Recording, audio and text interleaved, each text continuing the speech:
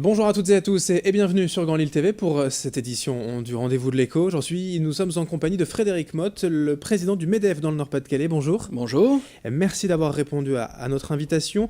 En plein dans l'actualité, le MEDEF vient de proposer il y a peu 1 million d'emplois sur 5 ans. 1 million d'emplois, c'est possible, ça a fait beaucoup réagir. Alors la question évidemment c'est d'où vient ce chiffre quand même d'1 million d'emplois? Alors la volonté que nous avions d'abord, c'est de refuser le fatalisme. 5 millions de chômeurs, c'est inadmissible. C'est inadmissible pour le père de famille que je suis. C'est inadmissible pour le chef d'entreprise. Ce sont mes salariés dont j'aurai peut-être besoin demain. Ce sont mes clients, les consommateurs. C'est inadmissible au niveau sociétal exactement. En plus d'avoir 5 millions de personnes qui sont exclues.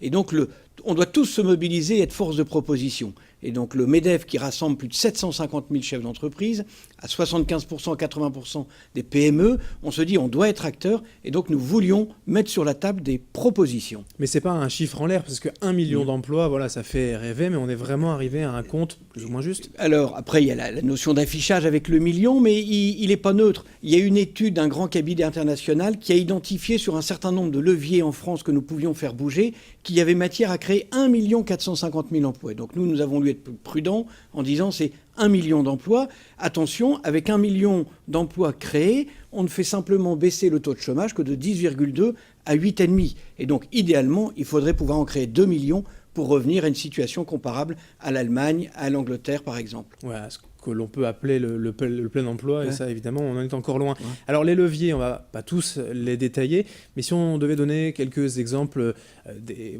leviers marquants, symboliques en tout cas. Nous, notre préoccupation, d'abord, c'est de dire qu'il n'y a pas une solution miracle. Ce sera vraiment l'addition de toute une série de mesures. Il y en a des très petites, mais il y en a des plus importantes. Et donc, parmi les freins que nous avons identifiés, c'est par exemple celui des seuils sociaux. Vous êtes à 49 salariés, vous passez les 50, eh bien ça vous coûte 4,5% en plus de masse salariale. C'est 35 règles qui viennent se complexifier votre vie au quotidien.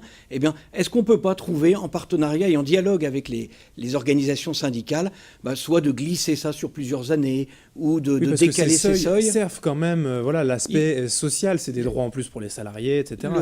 Le discours du MEDEF, il n'est absolument pas de dire il faut faire table rase de tout, on veut faire sauter toutes les règles. C'est donnons de la souplesse. Libérons un petit peu le marché du travail, donc en assouplissant des réglementations, en faisant évoluer d'autres, et avec une préoccupation forte, parce que je suis convaincu que tout ça, ça ne se gagnera pas les uns contre les autres, mais bien les uns avec les autres. Et donc c'est en lien avec les organisations syndicales, et donc le discours fort du MEDEF, c'est libérons au niveau national toutes les contraintes administratives et les règles, et donnons la parole aux chefs d'entreprise pour que dans l'entreprise, avec les partenaires sociaux, on puisse trouver les bons compromis qui sont adaptés à l'entreprise. L'entreprise A n'est pas pareille que la B, qui n'est pas pareille que la C. Pourquoi vouloir uniformiser tout ça ? Un assouplissement aussi symbolique, ce sont évidemment les 35 heures.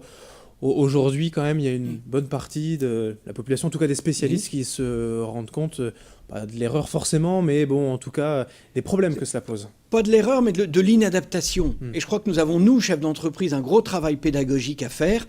Il faut savoir ce qu'on veut. Notre modèle social, la qualité de vie que nous avons, l'espérance de vie qui augmente, eh bien, on ne pourra plus travailler comme hier. Il faudra accepter de travailler plus. Et donc, la position du MEDEF n'est pas de dire il faut casser les 35 heures, dont acte a été voté par les élus du peuple. On le respecte. Par contre, c'est comment est-ce qu'on donne plus de liberté pour que l'entreprise puisse s'adapter sur cette base des 35 heures. Et pour certaines entreprises, c'est bien. Pour d'autres, il faut plus de souplesse. Pour d'autres, il faut pouvoir en fonction d'une saisonnalité ou d'une opportunité commerciale. Donc, faisons confiance aux chefs d'entreprise et aux organisations syndicales dans l'entreprise et aux salariés pour qu'ensemble, on trouve la bonne solution adaptée à chacun.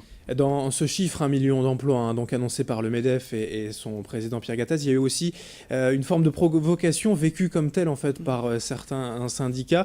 C'était plus ou moins assumé quand même de lancer comme ça, par exemple, de supprimer les jours fériés, les 35 heures. C'était Si vous allez bien regarder les documents, il n'est jamais dit qu'il fallait supprimer, clac, avec trois petits mots et un point. C'est dire, nous, ce qu'on veut, c'est mettre sur la table ce sujet.